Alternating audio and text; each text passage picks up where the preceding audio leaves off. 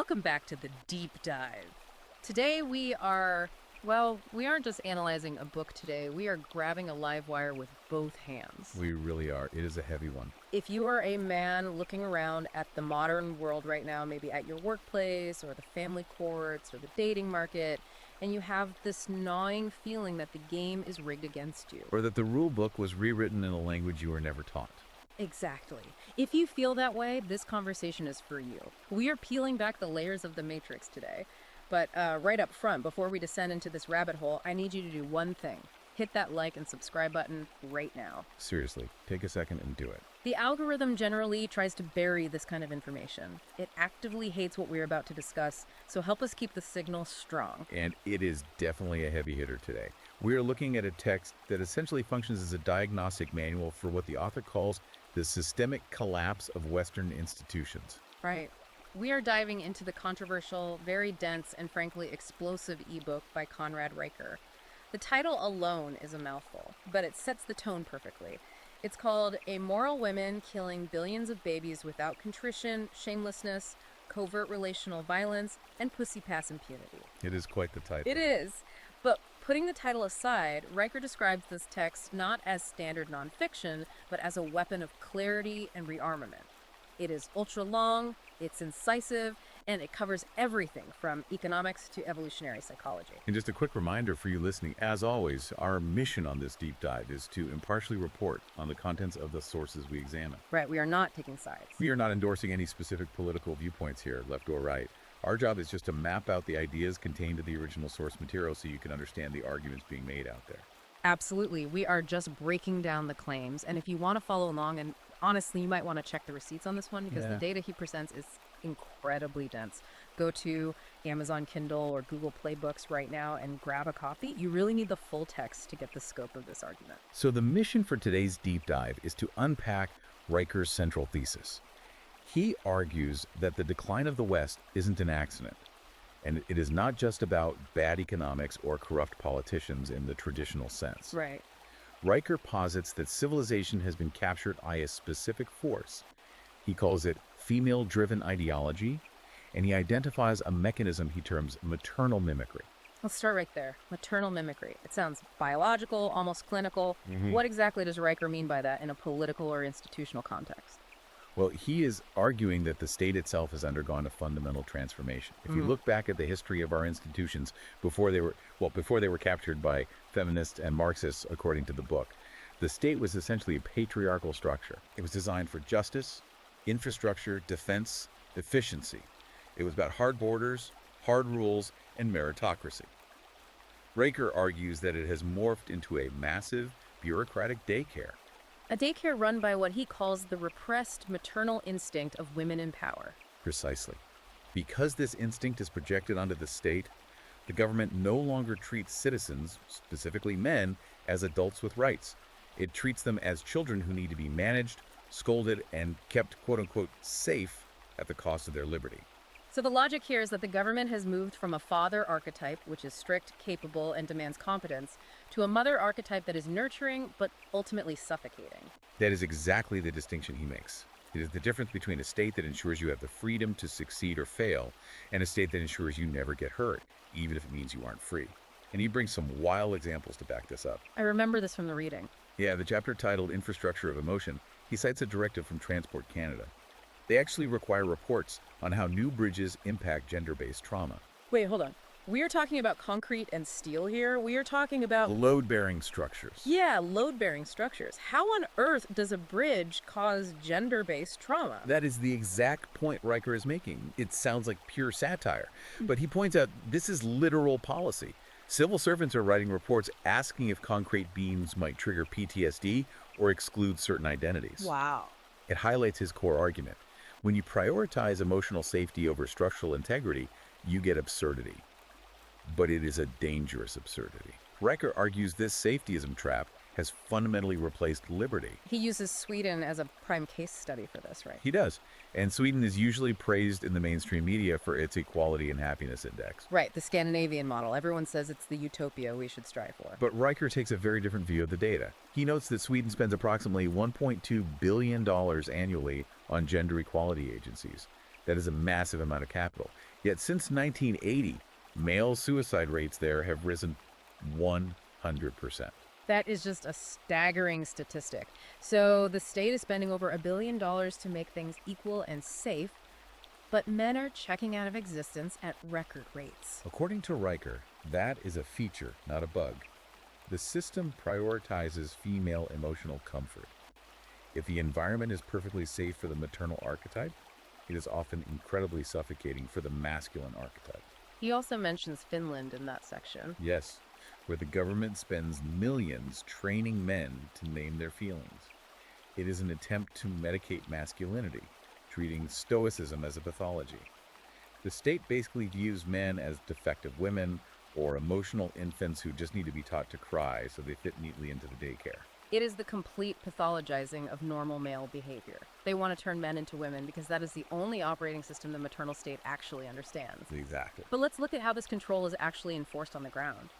It is one thing for a government to issue bizarre guidelines about bridges, but it's another thing entirely to feel it in your daily life, like in the office. Right, the day-to-day enforcement. Riker talks about a mechanism he calls the GSR pattern.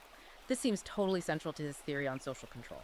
It is. It is the critical concept for understanding the workplace dynamics Riker describes.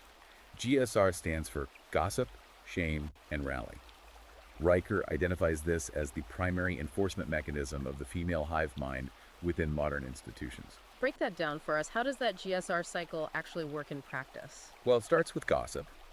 And he notes this isn't just idle chatter at the water cooler. It is information gathering and consensus building behind the scenes. Establishing the narrative. Exactly. Then comes shame. This is marking the target as morally deficient or creepy or unsafe. Finally, the rally.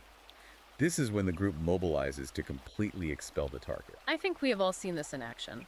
The book describes the whisper network. You know the scenario, the bad vibes firing. A man loses his job not because he didn't hit his numbers, not because he was incompetent. I mean, he could be the top earner in the whole department, but because a colleague whispered that he made her uncomfortable. And Riker argues this is where HR becomes the enforcer of the hive mind. He cites a Stanford study claiming women spread rumors 7 times faster than men. But here is the nuance we need to capture. Riker emphasizes that this isn't necessarily malicious and unconscious villainous sense. He calls it amoral prioritization. Amoral. That implies they don't see it as right or wrong. Correct. Riker posits that this is deeply biological. The goal isn't objective truth. The goal is social cohesion and consensus. If a man threatens the emotional equilibrium of the group, even just by being too competent, too direct, or too male, the hive rallies to remove him. Because truth is secondary to the feeling of safety. Exactly. The group feeling good is vastly more important to this system than the individual being right. That is terrifying when you think about it, because you can't defend yourself against a vibe. You can defend against a fact, a bad sales quarter, a specific documented action, but you cannot defend against someone else's internal feeling. It is literally like fighting a ghost. That is the crux of his argument. And Riker extends this analysis from the corporate office straight into the courtroom. He calls it the gynocracy of law. Right. He claims we see a distinct legal double standard where female emotion is treated as a mitigating factor, while male aggression is strictly criminalized. The PMS defense was the example that really stuck with me from that chapter. The book lists actual cases where it has been used successfully in court to reduce sentences for violent crimes. Yes, the core legal argument being, my hormones made me do it. Riker asks the obvious counter question here. If a man blamed high testosterone for punching someone in a bar, would that be a mitigating factor? Absolutely not. They would lock him up and throw away the key. The judge would see it as an aggravating factor. They'd say he's a biological danger to society. Precisely. It creates a two-tiered justice system. But nowhere is this more prevalent than in the family courts, which Riker describes as a maternal monopoly. The stats he presents in the book are just brutal. Women initiate 73% of divorces, yet they receive custody in 80% of cases. There was that story in the book of the father in Florida. He was arrested for kidnapping his own child because the mother forgot to update the school records. That story is incredibly visceral. He picks up his son from school, which is something any father should be able to do, and suddenly he is in handcuffs.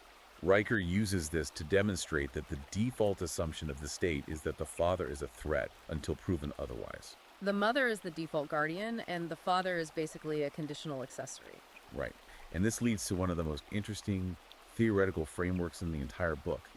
the state as a proxy womb. I wanted to get into that. Can you explain the mechanics of the proxy womb? It is an economic and sociological argument.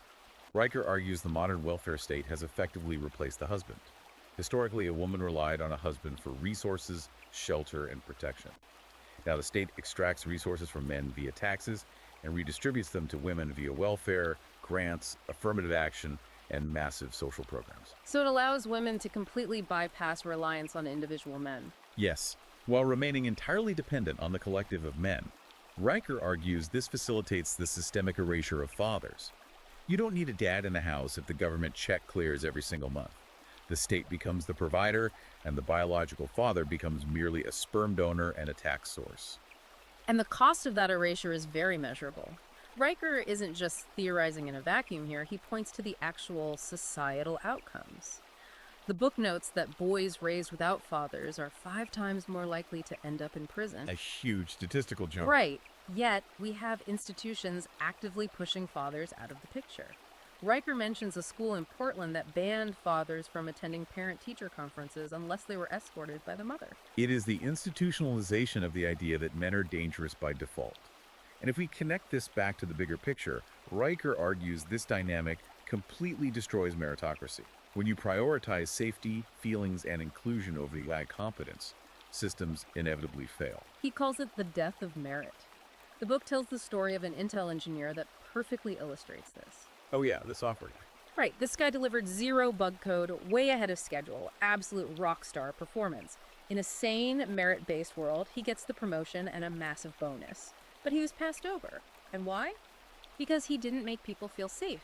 He was too direct in meetings. He didn't use the right soft language. Riker calls this the triumph of social skills over technical skills. And he traces the origin of this mindset directly to the universities, which he labels the feminist factory. That's a great term. He argues modern universities function less as educational institutions and much more as indoctrination camps. He highlights university seminars with titles like Men Are Trauma, and he documents the systematic purging of male professors who dare to cite basic biological facts in their lectures. It creates an environment where competence is entirely secondary to ideological conformity. If you are amazing at your job, but you are bad at the ideology, you are out. Exactly. And this bleeds directly into the broader economy. This part is fascinating. Riker calls it the financial parasite dynamic. This is where the macroeconomic numbers get really interesting. According to the data in the book, women control roughly 83% of consumer spending in the U.S. But as a demographic group, they are net tax receivers. Riker introduces the concept of the consumption ceiling to explain this. Explain that for the listener. The consumption ceiling. It is the point where spending on status, self-care, and lifestyle inflation exceeds actual productive output. Riker argues that the modern economy is geared entirely toward female consumption patterns. Fast fashion, cosmetics, wellness retreats, travel. Right, all of it funded by debt and male productivity. He claims we are spending the future to pay for present emotional comfort, leading to what he calls civilizational debt. We are eroding the hard capital base of the civilization to fund a massive, emotionally driven shopping spree. And the media, according to Riker, completely covers this up. He calls it the media matriarchy. He argues they create an artificial hierarchy of victims. He contrasts the wall-to-wall international coverage of the Gabby Petito case, which was tragic, obviously, with the fact that 19 men died in workplace and car accidents that exact same weekend, and nobody heard a single peep about it. Because it reinforces the narrative. Female suffering is a national tragedy. Male suffering is just a background statistic. Correct. And this creates a continuous feedback loop where financial and emotional resources are constantly diverted to female issues, while male issues remain entirely invisible. Speaking of invisible, or perhaps being too visible, let's talk about the war on beauty. This section was really surprising because it deals with the male gaze. Riker discusses how simply looking has been essentially criminalized. He uses the story of a Toronto photographer who was arrested for voyeurism just for taking artistic photos in a public park. Riker points out the massive paradox here. Women optimize for visibility. Fashion, makeup, Instagram, TikTok, it is all about being seen. But the system severely punishes men for looking without explicit, revocable permission. Riker says it is entirely about the control of the interaction. But there's a flip side to this control, isn't there? Riker argues that the system doesn't actually make women happy in the long run. He dedicates a whole section to the loneliness epidemic. This is the chapter he calls The Wall. Riker paints a very stark picture of women in their 40s who prioritize their careers and the boss babe identity. They bought into the narrative that men are unnecessary, and now they face profound regret. He mentions the sudden, massive demand for state-funded IVF as the final, desperate attempt to cheat biology. He links this to the concept of the identity carousel, doesn't he? Or the mirror self, yes. He argues that because of the GSR mechanism we talked about, the constant need for social consensus, many modern women lack a stable internal core. They just reflect their environment. Exactly. They change political views and personality traits based on their current partner or whatever the latest social trend happens to be. When the external attention fades or the trend shifts, the loneliness sets in because there is no foundational self to fall back on. So let's take a step back and look at the whole board here. We have a capture of the state by maternal mimicry. We have the death of merit in the corporate workplace. We have the erasure of fathers in the home, and an economic system running completely on civilizational debt. It sounds incredibly bleak when you lay it out like that. It does, but Riker doesn't just leave us in the wreckage. He has a prescribed solution for the men reading this: detachment and rebuilding. This is really the red pill moment of the book. Riker argues that trying to fix the system from within is functionally impossible because the system is specifically designed to identify and expel you. That is the GSR at work. Right. So the only viable solution is what he calls New Carthage. I love that imagery. New Carthage. It implies leaving Rome and building something totally new, completely separate from the crumbling empire. Exactly. It is about men forming their own tribes, building parallel networks, and physically reconnecting with the real world. He cites an amazing study showing that men who spend time in nature have 27% higher sperm counts. Which proves it is about biological restoration as much as psychological. It is about building parallel institutions from the ground up that explicitly value merit, logic, and strength. And reclaiming the mind. He calls for a return to the trivium. For those who don't know, that is grammar, logic, and rhetoric, the classical tools of critical thinking. He views the Western canon and objective logic as the ultimate weapons against emotional tyranny. If the corrupt system runs on vibes and feelings, your best defense is cold logic and stoicism. He contrasts this sharply with modern feminist self-help. Riker points to the Clean Your Room movement popularized by Jordan Peterson. Right, simple, highly actionable advice. And highly effective. Riker shows how it led to measurable increases in male graduation rates because it was based on constructive action and personal responsibility, not systemic grievance. It really works. Riker's core message is that the West isn't dying from weakness. It is dying from a systemic betrayal by this feral maternal instinct. The only solution is for men to wake up, fully detach from the matrix of validation seeking, and rebuild on their own terms. That is a remarkably powerful call to action. It shifts the listener's focus entirely from how do I please this broken system to how do I build my own system. And historically, that is the most dangerous idea to any current status quo. Honestly, we have barely scratched the surface of the red pills contained in this book. We didn't even get to the chapters on the jealousy engine or the abortion archetype, and there's so much more technical detail on how these institutional mechanisms actually work. You really need to read the whole thing to get the full diagnosis. You really do. Go to Amazon Kindle or Google Play Books right now and buy Amoral Women Killing Billions of Babies Without Contrition, Shamelessness, Covert Relational Violence, and Pussy Pass Impunity by Conrad Riker. Yes, it is a very long title, but it is an absolute must-read for anyone trying to navigate this landscape. And for those of you who want to stay plugged into this counter-revolution, you can follow the author directly. Yes, definitely follow him at Conrad Riker on Substack, Twitter, and YouTube. Get in the comments, read his essays, join the community of guys figuring this out. I think the final takeaway here, the thought I want to leave you with, is that awareness really is the first step. Once you see the pattern, once you understand the GSR and maternal mimicry happening in your office or your local government, you simply cannot unsee it. And that clarity, above all else, is your best weapon moving forward. Absolutely well said. The systemic betrayal relies on your ignorance, so waking up is step one. If you got value from this deep dive today, help the algorithm find more awake men. Like the video, subscribe to the channel, and leave a review. It really helps us out. We will see you on the next one.